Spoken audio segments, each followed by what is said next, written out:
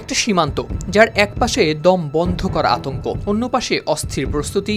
গাজার জনপদে যখন চারিদিকে ধ্বংস আর বাস্তুচ্যুতির স্রোত, ঠিক তখনই প্রতিবেশী মিশর ছুড়ে দিল কড়া হুঁশিয়ারি, যেন ঝড়ের আগে সতর্ক ঘণ্টা বাজিয়ে দিল কায়রো। গাজায় নতুন করে হামলা শুরু হতেই নেতানিয়াহু নির্দেশে ইসরায়েলি বাহিনী সাধারণ মানুষকে বাড়িঘর ছেড়ে অন্যত্র সরে যাওয়ার নির্দেশ দেয়। এই ব্যাপক বাস্তুচ্যুতির প্রতিক্রিয়ায় মিশর স্পষ্ট জানিয়ে দিল এবার আর নীরব দর্শক হয়ে বসে থাকবে না তারা। 20 সেপ্টেম্বর শনিবার একজন মিশরীয় সামরিক কর্মকর্তা হিজবুল্লাহ ঘনিষ্ঠ সংবাদ মাধ্যম আল আখবারকে দেয়া সাক্ষাৎকারে জানান, সিনাই উপদ্বীপে সৈন্য সংখ্যা দ্বিগুণ করার পরিকল্পনা চলছে, সঙ্গে পাঠানো হতে পারে আধুনিক অস্ত্র ও বিমানও। তাদের প্রত্যাশা এই শক্তি প্রদর্শনী তেল আবিবকে থামাতে যথেষ্ট হবে। এদিকে এর আগে মিশরের সীমান্তে মোতায়েন করেছে চীনা দূরপাল্লার আকাশ প্রতিরক্ষা ব্যবস্থা HQ-9B।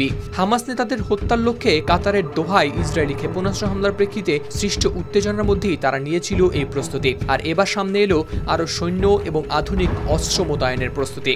সামরিক কর্মকর্তার সূত্রটি আরও জানায়, এখানে কৌশলগত দিকও ছিল স্পষ্ট। সীমান্তের দিকে আসা কোনো ফিলিস্তিনিকে লক্ষ্য করে চালানো হবে না কোনো গুলি।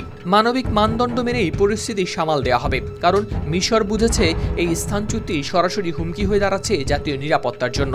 ইসরায়েলি সংবাদ মাধ্যম দ্য জেরুজালেম পোস্টের প্রতিবেদনেও প্রকাশ পেয়েছে এই তথ্য। ওয়ালটন এখন দেশের সীমানা পেরিয়ে পৌঁছে গিয়েছে 50টিরও বেশি দেশে। ওয়ালটন, ঘরে ঘরে বিশ্বজুড়ে। এদিকে আল আখবার তাদের উদ্ধৃতি দিয়ে জানায়, মার্কিন কর্মকর্তাদের সাথে যোগাযোগের মাধ্যমে কায়রো ইসরায়েলের কয়েকটি প্রতিবেদন নিয়ে জানিয়েছে তীব্র অসন্তোষ। ওই প্রতিবেদনগুলোতে বলা হয়েছে, ড্রোন ব্যবহার করে পাচার করা অস্ত্র মিশরের মধ্য দিয়ে তা সরবরাহ করা হচ্ছে হামাসকে।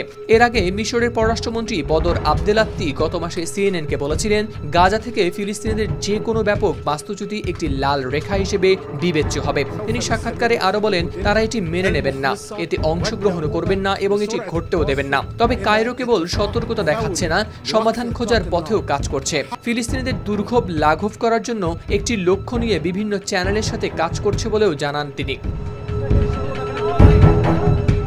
হাওলাদার শামীম, RTV।